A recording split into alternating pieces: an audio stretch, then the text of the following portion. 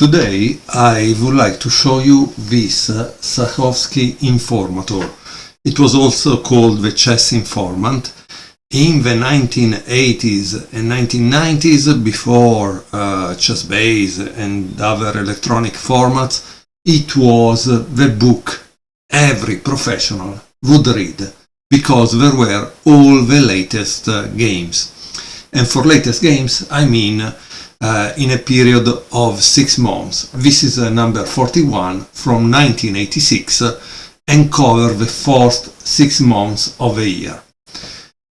In the beginning you have the games with this kind of informant comments that are quite scarce in a sense, and then at the end of the book you have this book has something like nearly 700 games, 690s. At the end we have a section about the combinations, and then I think there is a section about endgames. And then there is the most important part, in my opinion, because it's the one I like to watch. You see all the tables of the tournaments. And the tournaments tell you the story of how the tournament went. And chess is brutal. It's really a brutal sport. It's terrible because you see big names that cannot finish fourth, and so must be very hard. But even more interesting, at the end of the informant there is practically the list with all the names of the FIDE master, international master. The FIDE master are those 2300, so you see I think a F, M is for international master, and G is for grand master. And practically this informant would give you, because in that time probably there wasn't something online, would give you all the ratings of the players. And so you had a chance also to see who was who. And of course there was also the index of the names of the players with the games, so you could eventually prepare watching their games. I would like to show game number 2, which was played between Korchnoi, Grandmaster Korchnoi, and Flear. Flear in that time, in 1986, wasn't a Grandmaster, he was an international master. This game was played in Lugano, 1986. We are just enjoying the game, okay? We are not doing something crazy like commenting every move and so on.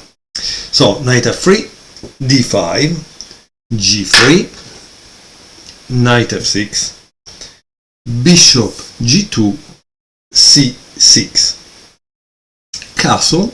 So this is kind of simple, it looks like a system, right? And bishop g4.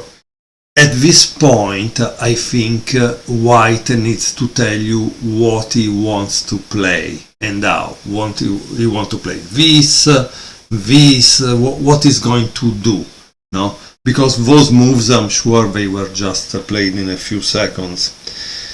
White continue with d3, e6, so he has a triangle formation in which he brought out the bishop, and now he wants to bring out the other bishop.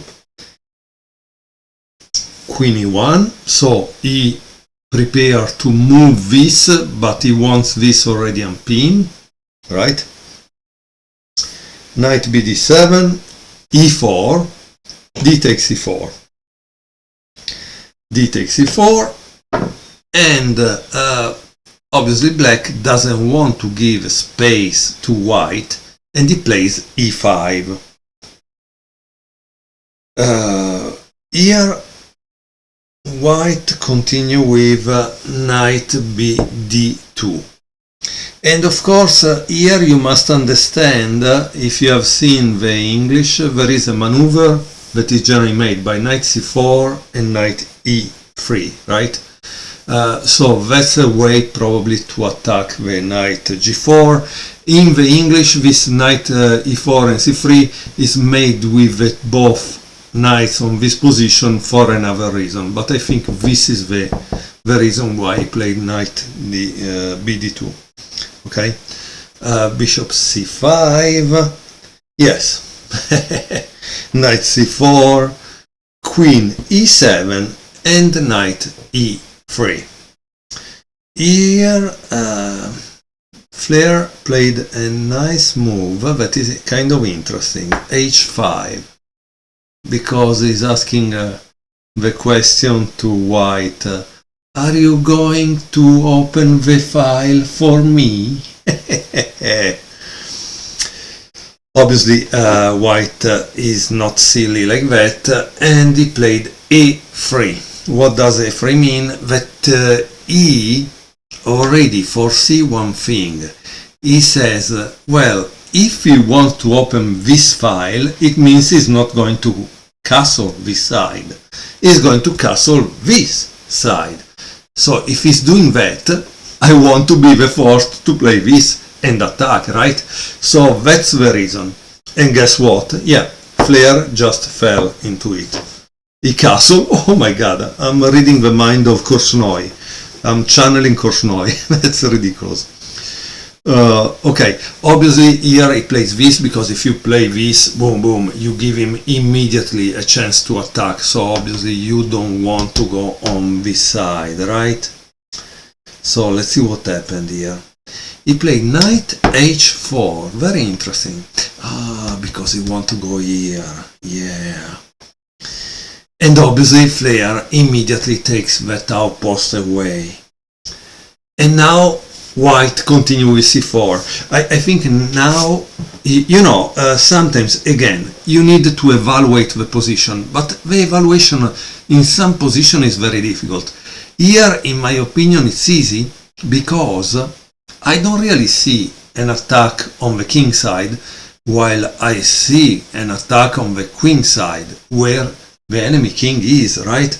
So this is a position that I would evaluate good for white.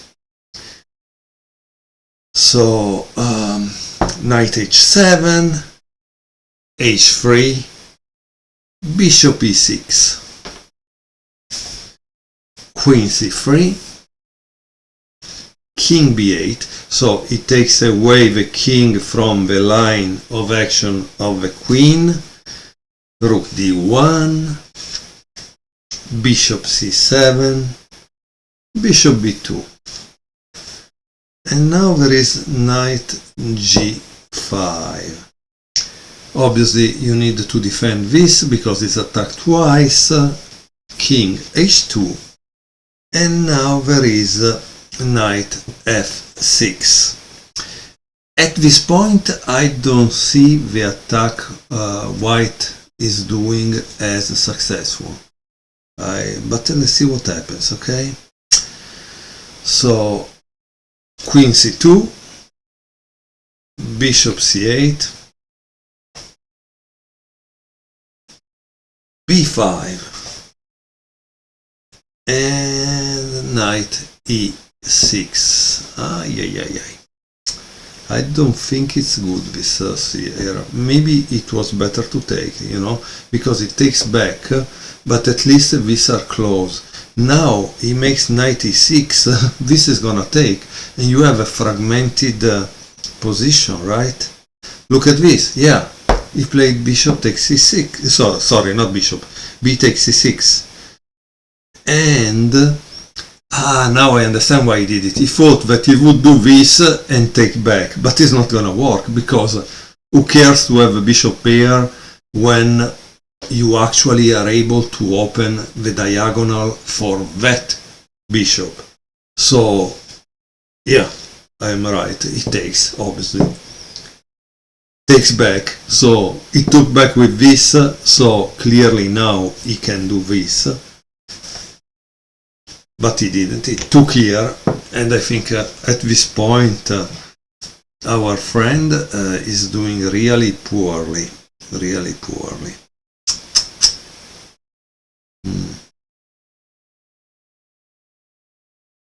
Bishop takes h3.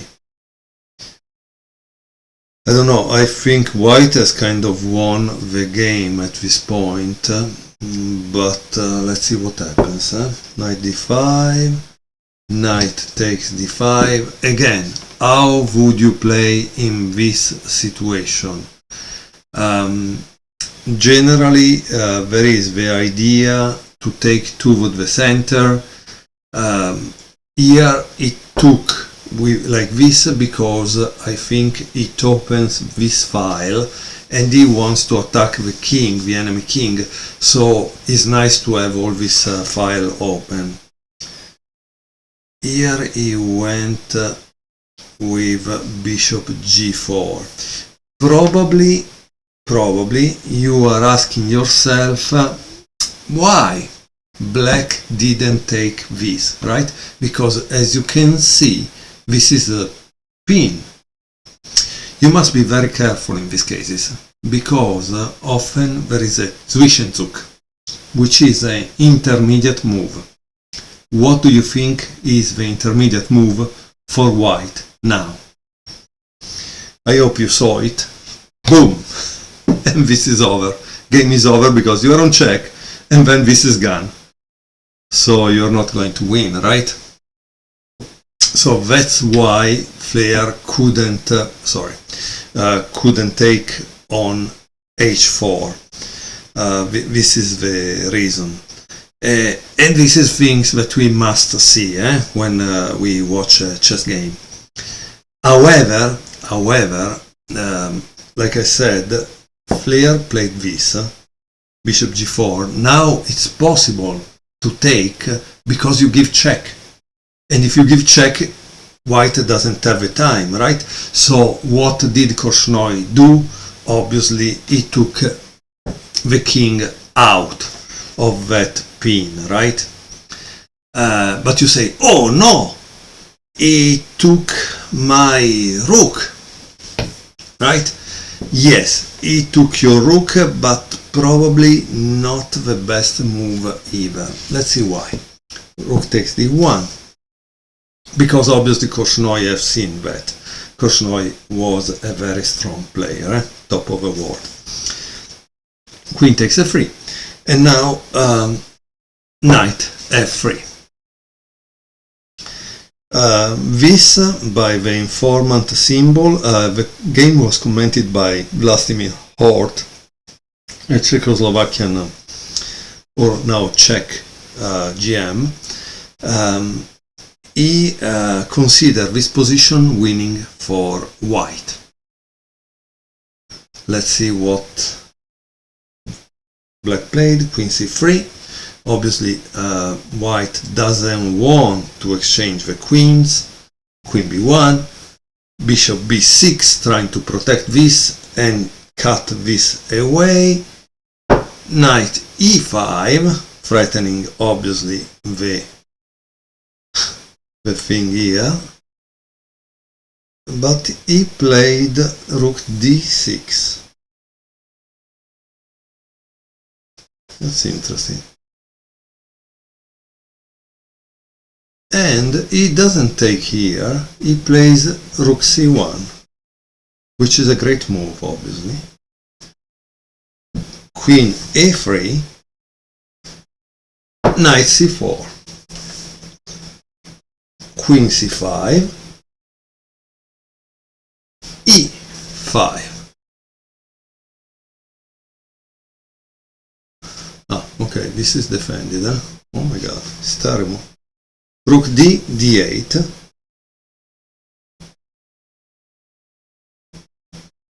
knight d6. Wow.